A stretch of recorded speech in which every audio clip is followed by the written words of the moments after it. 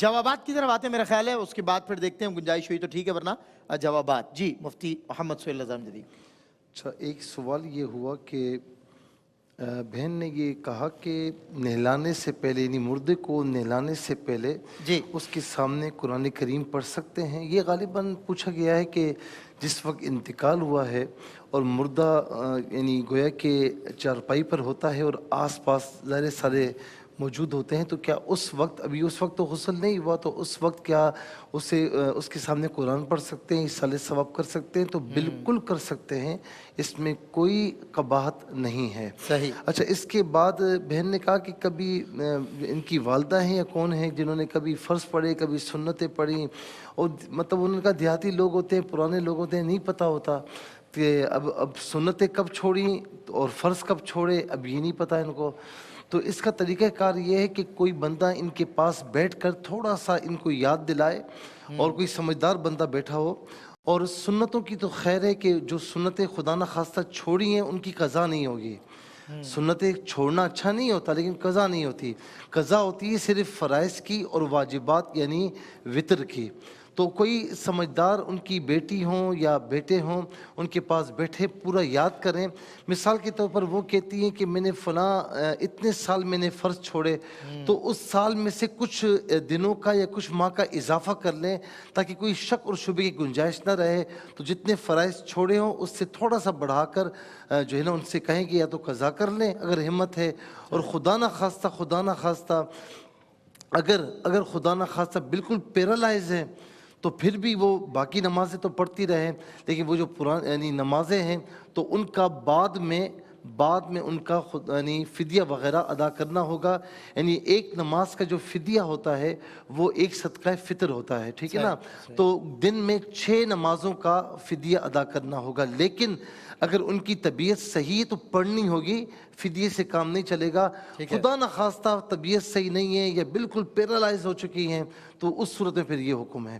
اس کے بعد جو ہے وہ ایک سوال یہ ہوا کہ بچہ پیدا ہوتے ہی عورت کی پاکی ناپاکی کا معاملہ کیا ہوتا ہے، اس کے ہاتھ کی بنی ہوئی روٹی کھانا.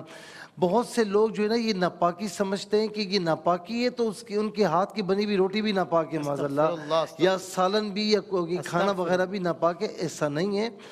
چاہے وہ یعنی حالت جم میں ہو یا حالت نفاس میں ہو، دونوں صورتوں میں عورت اگر ناپاکی کے ایام میں بھی ہے تو اس کے یعنی یوں سمجھ لیجئے کہ اس کے ہاتھ ناپاک نہیں ہیں. وہ کھانا بھی بنا سکتی ہے، وہ ساری چیزیں کر سکتی ہے، ٹھیک ہے نا.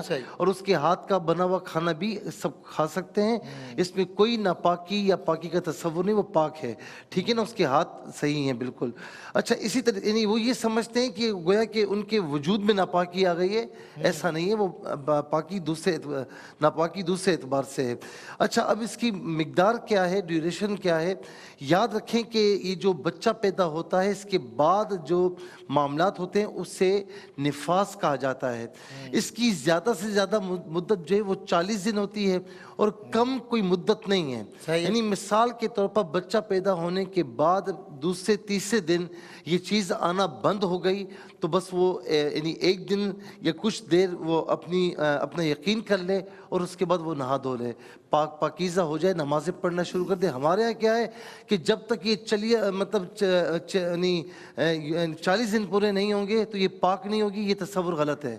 وہ 40 دن سے پہلے بھی پاک ہو سکتی ہے، بلکہ بچہ پیدا ہونے کے 1 یا 2 یا 3 دن کے بعد بھی پاک ہو سکتی ہے. بالکل صحیح. جی بسم اللہ الرحمن الرحیم. ایک بہن نے سوال پوچھا کہ کیا زکوٰۃ 7 تولے سونے پر ہے؟ تو پہلے بھی ہم کئی دفعہ جو ہے وہ اس کا بتا چکے ہیں کہ اگر صرف سونا ہو تو پھر نصاب یہی ہوتا ہے، لیکن اگر جو ہے وہ سونے کے علاوہ کچھ اور مال زکوٰۃ جو شمار ہوتا ہو، چاندی یا کیش یا نقدی وغیرہ یا مال نامی، مال تجارت، کوئی بھی ایسی چیز جو مال زکوٰۃ شمار ہوتی ہے وہ موجود ہے، تو اس صورت میں اعتبار اب چاندی کے نصاب کا ہوتا ہے، 52.5 تولے چاندی کا. تو اس صورت میں 52.5 تولے چاندی کی مالیت کے حساب سے زکوٰۃ کا حساب ہوگا. ایک بہن نے سوال پوچھا کہ مفتی صاحب مزید سوالات بریک کے بعد انشاءاللہ. ایک وقفہ ہے، وقفے کے بعد آپ کے سوالات کے جوابات انشاءاللہ. مفتی صاحب آغاز کریں آپ حضرات دوبارہ. جی ایک سوال یہ تھا کہ محرومین کو قرآن پاک کا ایصال ثواب کر سکتے ہیں یا نہیں؟ بہن نے پوچھا تو بالکل قرآن پاک کا ایصال ثواب محرومین کو کیا جا سکتا ہے. ایک سورت کا بھی کر سکتے ہیں، ایک آیت کا بھی کر سکتے ہیں، زیادہ کا بھی کر سکتے ہیں،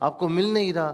ہر شہر میں ہر دیہات میں بکثرت، یعنی ایک وقت تھا پہلے کہ جو اتنے حفاظ نہیں تھے، اب بکثرت حفاظ کرام ہیں، آپ کو آسانی سے مل جائیں گے. ہاں بعض اوقات یہ ڈر ہوتا ہے کہ یار سامنے ہوگا تو میری بے عزتی بھی ہوگی، پیچھے سے لقمے بھی آئیں گے، کیونکہ حافظ قرآن کے لیے نا لقمہ جو ہے یعنی بہت. میں نے کل ایک کام خراب ہو جاتا میں نے ایک ویڈیو دیکھی ہے، ایک مطلب میں نام نہیں لوں گا، بہت بڑی مسجد ہے اور وہ نماز تراویح پڑھا رہے ہیں اور ایک جگہ اٹک گئے تو سامنے یعنی لقمہ دینا شروع کیا تو انہوں نے نماز میں ہی اس کو یوں کیا کہ لقمہ نہیں دینا. اچھا جی اب ہو سکتا ہے کہ ان کے نزدیک جائز ہو لیکن ہمارے نزدیک ایسا کرنا جائز نہیں. اچھا ویسے مصعب میں سوچتا ہوں اگر میں آپ کا سامنے بننے میں کامیاب ہو گیا تو میری تو ضرورت نہیں ہوگی آپ کو لقمہ دینے. نہیں لقمے تو آتے ہیں، نہیں وہ تو پھر بعد میں لقمے آنا یہ فطرت ہے، یہ آتے ہیں. تو یہ انہوں نے اب ہو سکتا ہے گھبرا رہے ہوں کہ بھئی لوگوں کے سامنے میری سبکی ہوگی یا غلطیاں نہ آئیں، میں بھول نہ جاؤں. تو میرے بھائی سامنے جو ہے جب آپ سنا رہے ہیں نا تو سامنے ضرور رکھیں. اس کا سب سے بڑا فائدہ یہ ہوگا کہ آپ صحیح طریقے سے دہرائیں گے. سامنے نہیں ہوگا تو پھر آپ دہرائیں گے بھی صحیح نہیں. اچھا یہ دیکھیں، اب یہ جان بوجھ کر ایسا کرنا کہ ریکارڈ کروا لینا پھر بعد میں سننا اور غلطیاں صحیح کرنا، یہ جان بوجھ کر ایسا کرنا درست نہیں ہے. بلکہ جیسی غلطی آتی ہے تو آن دی اسپاٹ اس غلطی کو دور کیا جائے. خدا نہ خواستہ سامنے سے بھی رہ جائے نا تو پھر بعد میں وہ درست کی جا سکتی ہے. لیکن یہاں پر آپ کم از کم اہتمام تو کریں آپ کہ آپ کی غلطی رہ نہ جائے. آپ وہ نہ چھوڑیں، ٹھیک ہے نا. اور اگر خدا نہ خواستہ کوئی راستہ نہیں ہے، کوئی سامنے نہیں ہے تو بہرحال پھر ہم کہیں گے کہ انہوں نے یہی صحیح کیا. اس کے بعد جو ہے وہ یہ سوال ہوا کہ یہ پہلے بھی جواب ہم نے دیا کہ لوگوں کو کہتا ہے شوہر کہ میں نے طلاق دی ہے اور مجھے کہتا ہے کہ نہیں دی ہے. تو یہ عجیب و غریب آدمی ہے، عجیب و غریب مخلوق ہے اللہ تعالیٰ کی کہ ہر کسی کو کہہ رہا ہے کہ میں نے طلاق دے دی ہے. ہاں اب مسئلہ یہ ہے کہ سب سے پہلے تو میں یہ کہوں گا کہ ایسے مسائل وہاں کے قریبی دارالفتاء میں میری بہن آپ لے جائیں، اپنے شوہر کو بھی لے جائیں اور ان علماء کے سامنے اس بات کو بیان کریں. کیونکہ یہاں پر آپ ایک رخ بیان کر رہی ہیں، دوسرا رخ ہمیں نہیں پتا، تو ان کے سامنے دونوں رخ ہوں گے، وہ سنیں گے اور آپ کو فتویٰ دے دیں گے.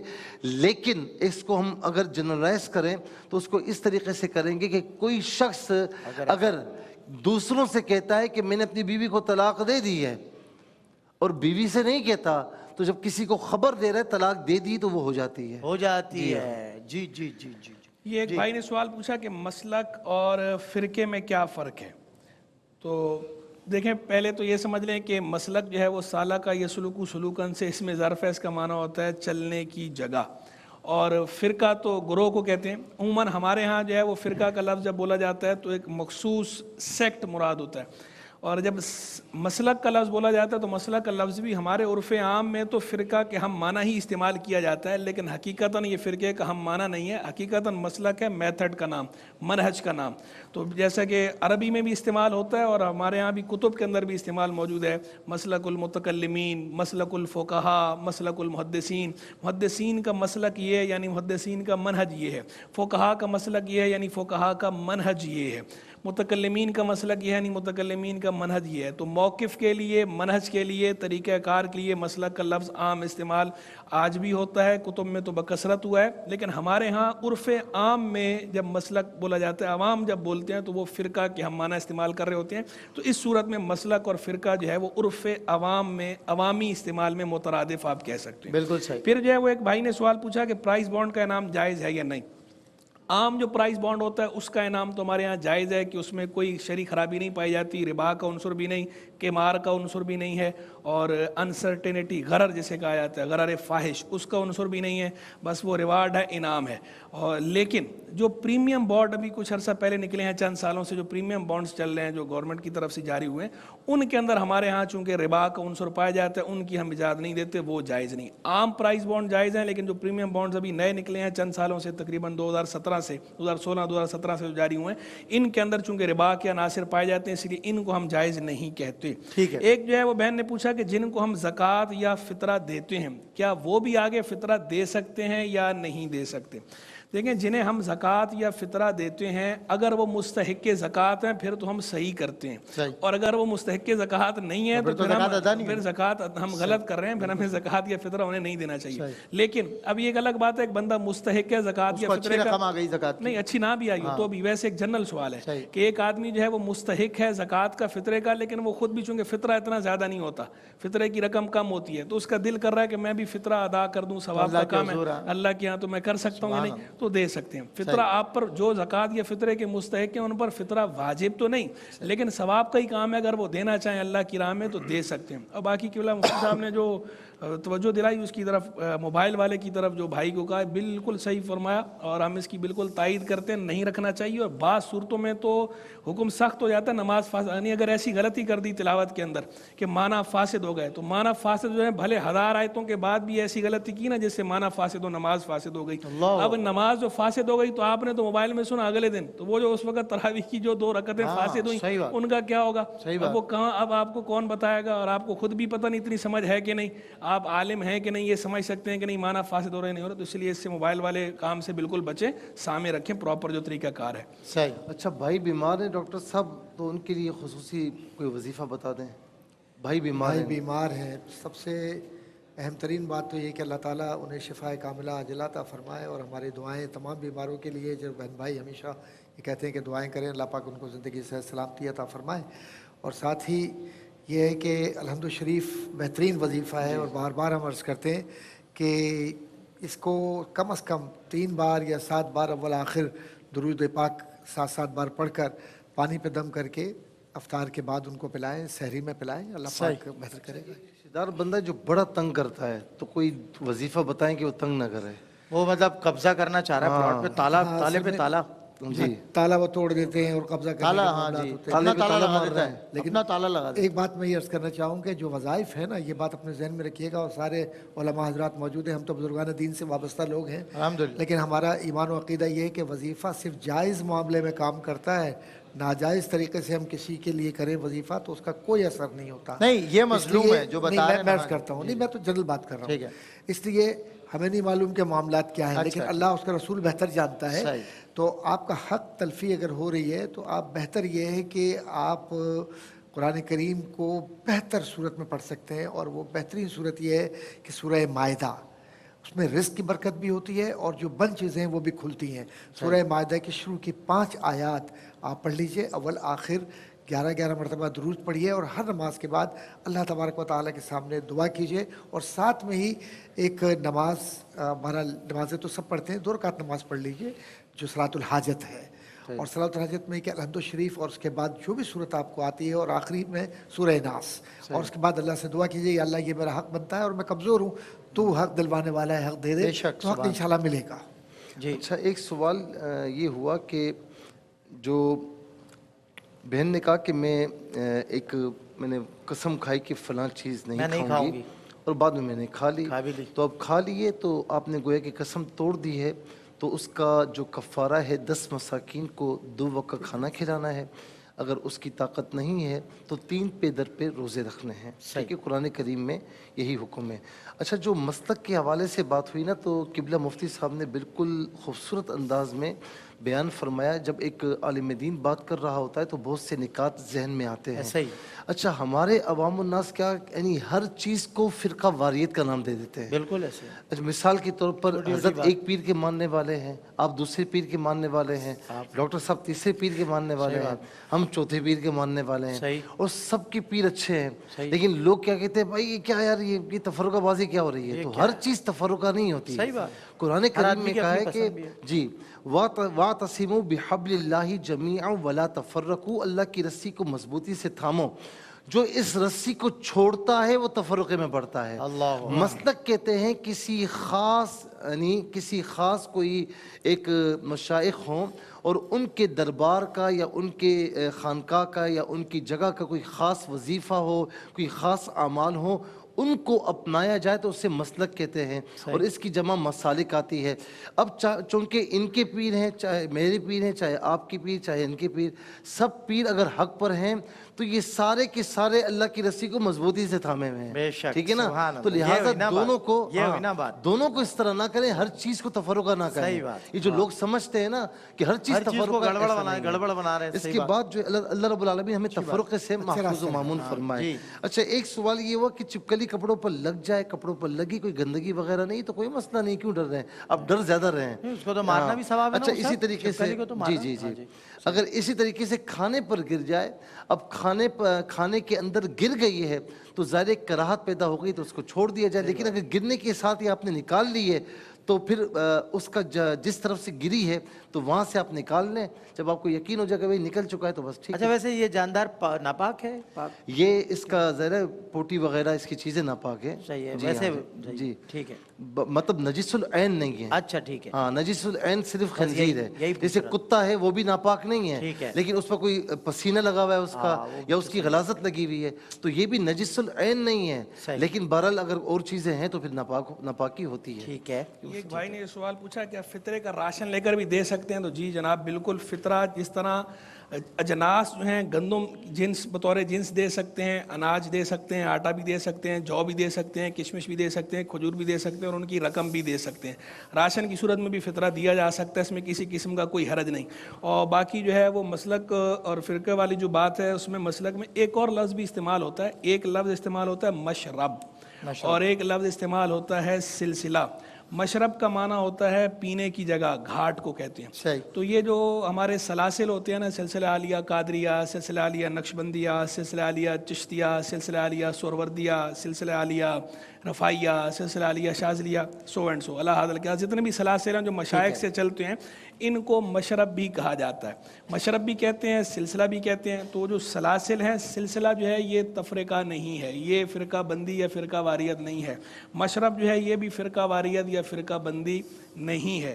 اسی طرح مسلک جو ہے وہ ویسے اپنی اصل کے اعتبار سے تو فرقہ بندی یا تفرقہ نہیں ہے، لیکن عرف عوام میں جب مسلک کہتے ہیں تو وہ بہرحال فرقہ کے معنی میں کہہ رہے ہوتے ہیں، اسی لیے وحدت مسالک کی تحریک بھی چلتی ہے۔ بعض اوقات کچھ لبرلز ہوتے ہیں وہ ہر چیز کو فرقہ واریت کا نام ہر دیتے چیز ہیں، تو ہو تو بھی نہیں بتایا جائے کہ یہ مسلک فرقہ واریت نہیں ہر ہے، چیز فرقہ آپ سمجھ رہے ہیں لیکن نہیں ہے۔ ہر چیز فرقہ واریت نہیں ہے، بالکل فرقہ نہیں، واریت آپ دونوں نے جو بات کی آلموسٹ سملر ریزیمبلنس والی بات افتراق اور انتشار تائید ہے علماء کی۔ تشدد جو ہے، جھگڑا جو ہے وہ جس میں مخاصمہ ہو، مجادلہ ہو، جھگڑا ہو، اس کی ممانعت ہے۔ باقی ویسے تو الگ الگ اگر کسی کا انداز ہے، منہج عرب تو فطرت ہے، یہ تو فطری ایسی سے حسن ہے، ہر ایک اپنا مزاج ہے، اپنا طریقہ کار ہے، اپنے افکار ہیں، اپنی آراء ہیں، اپنے انداز سے لوگ اڈاپٹ کرتے ہیں، وابستگیاں اختیار کرتے ہیں، اپنے اپنے ادارے ہوتے ہیں اس میں۔ بالکل ٹھیک ہے مفتی صاحب آپ کا جی رہ گیا 10 سیکنڈ۔ جی جی جی۔ ایک تو والدہ بیمار ہے، رات سونے سے پہلے جھٹکے پڑتے ہیں، اللہ رب العالمین شفا عطا فرمائے، سورہ فاتحہ پڑھ کے دم کریں اور پانی پلائیں۔ ڈپریشن کی مریضہ ہے، روزے چھوٹ گئے تو میری بہن جب آپ کو یہ ڈپریشن نہ ہو جن دنوں میں تو ان دنوں میں آپ روزے رکھ سکتی ہیں، رمضان کے بعد ایام منہیہ کے علاوہ۔ والدین مرحومین کبھی خواب میں نہیں آتے تو کوئی مسئلہ نہیں، آپ ان کو اصالہ ثواب کرتے رہیں، کبھی خوش ہوں گی تو آ جائیں گے انشاءاللہ۔ مفتی صاحب آپ کا، مفتی صاحب آپ کا، ڈاکٹر صاحب آپ کا